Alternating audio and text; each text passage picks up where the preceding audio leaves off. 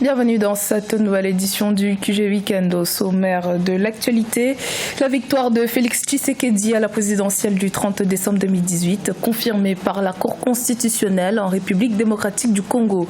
Le fils de feu, Étienne Tshisekedi, opposant historique, va au-devant d'un nouveau challenge.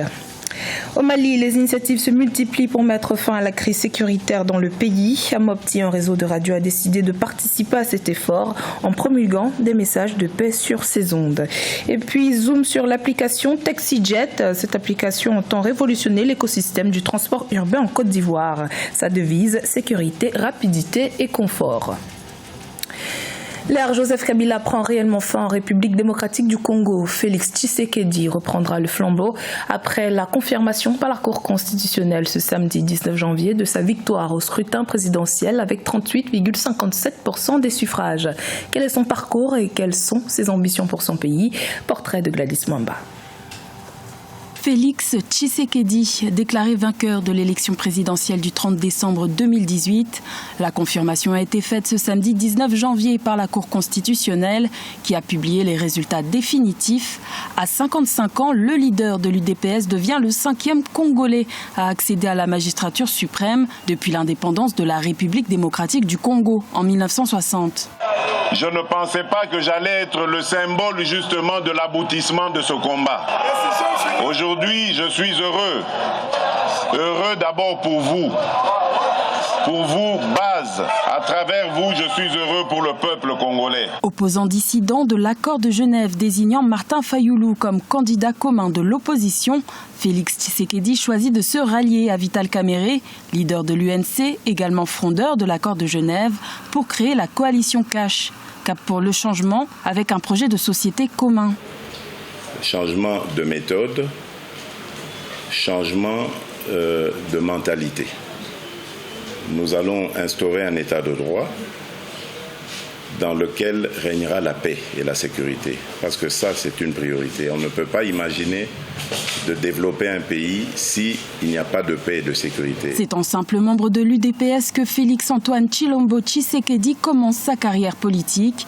Il est ensuite désigné président de l'UDPS et par la même occasion candidat à l'élection présidentielle en février 2017, date de la disparition de son père, l'opposant historique Étienne Tshisekedi. Élu mais contesté, Félix Tshisekedi devra composer avec une cohabitation politique, l'Assemblée nationale étant majoritairement acquise au Front commun pour le Congo, la coalition au pouvoir sortante. Au Bénin, l'opposition a décidé de s'organiser en coalition en vue des élections législatives du 28 avril 2019. Objectif, se présenter sous une seule et même bannière conduite par deux anciens chefs d'État, Nicéphore Soglo et Thomas Boniaï. Les détails dans ce reportage ont au correspondant Leftiono.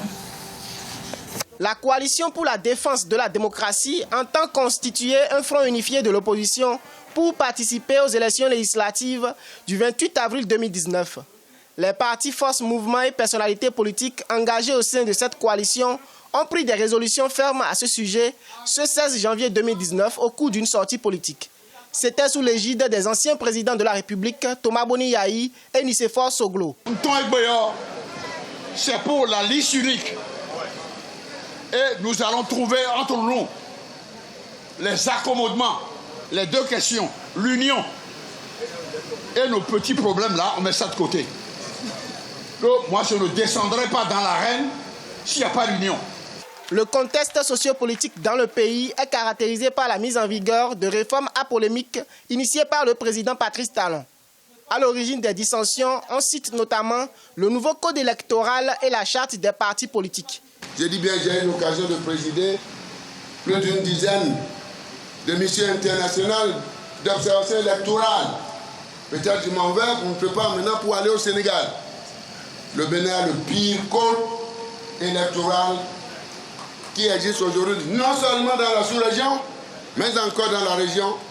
En prélude au lancement de la campagne pour les législatives du 28 avril 2019, la coalition pour la défense de la démocratie exige entre autres des clarifications liées au nouveau code électoral.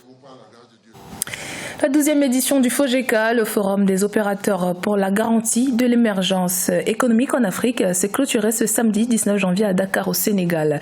Avec pour principal objectif relier les investisseurs mondiaux au marché africain, ce forum a rencontré un franc succès. Reportage de notre correspondant Marcel Farba-Maroun.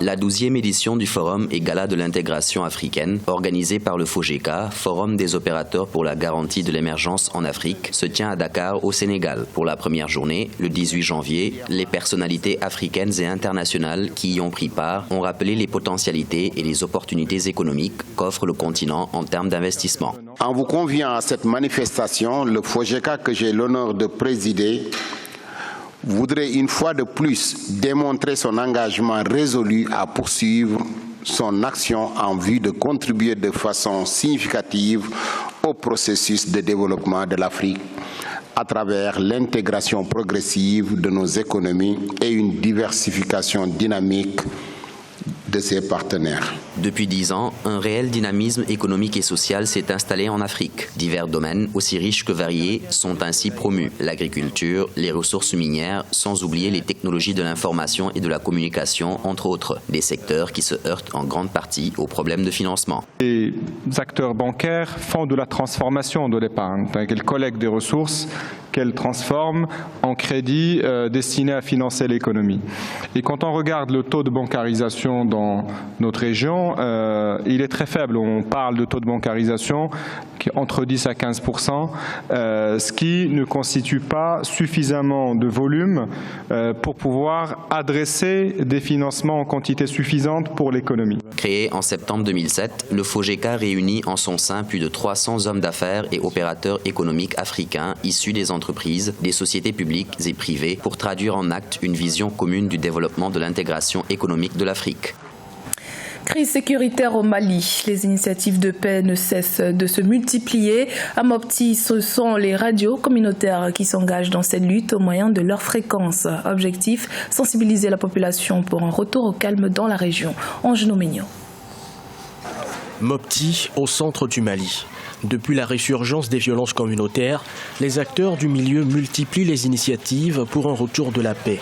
C'est le cas de réseaux de radios communautaires implantés dans la région qui utilisent le pouvoir des ondes pour sensibiliser les populations. Leur stratégie consiste à inculquer des messages de non-violence au sein même de la population de Mopti. Comme son nom l'indique, sinon leur nom l'indique, les radios de proximité est faite pour répondre aux besoins d'information, de sensibilisation et d'éducation civique et d'éducation de la communauté. Pour toucher beaucoup de monde, les radios communautaires ont élargi leur gamme de fréquences grâce à un appui technique de la mission des Nations Unies au Mali. Elles ont également bénéficié d'un financement de 42 600 $ pour améliorer la qualité de leur émission. L'aménagement est venu à point nommé.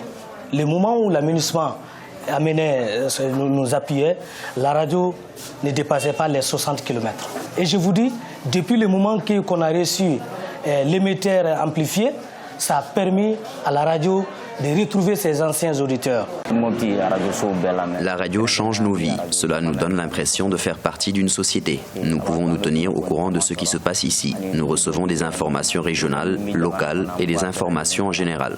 Selon des études, le Mali possède l'un des réseaux de radios communautaires les plus puissants d'Afrique. Plus de 170 radios privées, dont 121 communautaires, sont implantées dans le pays. Découverte à présent de TaxiJet, une plateforme virtuelle qui permet d'allier sécurité, rapidité et confort dans le transport urbain à Abidjan. Elle est utilisée à ce jour par 45 000 clients et 150 chauffeurs de taxi, appelés désormais des commerciaux. Focus sur une innovation qui compte couvrir 60% du transport urbain en Côte d'Ivoire d'ici 5 ans. Reportage de notre correspondant Oliva Diakotan. En juin 2015, lors de son lancement, l'application mobile de commande en ligne de véhicules TaxiJet recevait en moyenne une centaine de commandes par jour. En 2019, ils sont désormais 45 000 clients à avoir recours quotidiennement à cette application. Très réticents au début, 16 000 taxi-compteurs ont également fini par avoir confiance à cette application. On a beaucoup de clients, ce qui fait que par moment, on ne peut pas faire une minute sans qu'on ait un booking. Les clients ont confiance en nous parce que tous les objets sont sécurisés. C'est-à-dire quand ils lancent une course, déjà ils reçoivent le numéro du commercial, c'est-à-dire du chauffeur, ils reçoivent la photo et ils reçoivent la couleur du véhicule. D'ici 5 ans, TaxiJet veut poursuivre son expansion dans toute la Côte d'Ivoire pour couvrir 60% du transport urbain. La conquête de l'Afrique avec cette solution se fera également à l'horizon 2024. On a beaucoup appris, on continue d'apprendre et aujourd'hui on est plus dans une phase d'expansion de notre activité, aussi bien ici à Abidjan, en Côte d'Ivoire et dans la sous-région. Et on est très content de permettre à ce qu'aujourd'hui le transport soit un secteur d'activité qui est considéré comme un emploi, qui est considéré comme un travail et qui valorise celui qui est au volant du véhicule. En partenariat avec le Centre de formation routier international, TaxiJet dispose également depuis 2016 d'une académie nationale qui forme par vague 150 chauffeurs. Une académie qui rêve également de son internationalisation d'ici 5 ans. C'était le journal de la rédaction. Merci de votre fidélité. Dans un instant, une nouvelle édition de l'actualité sur Africa 24.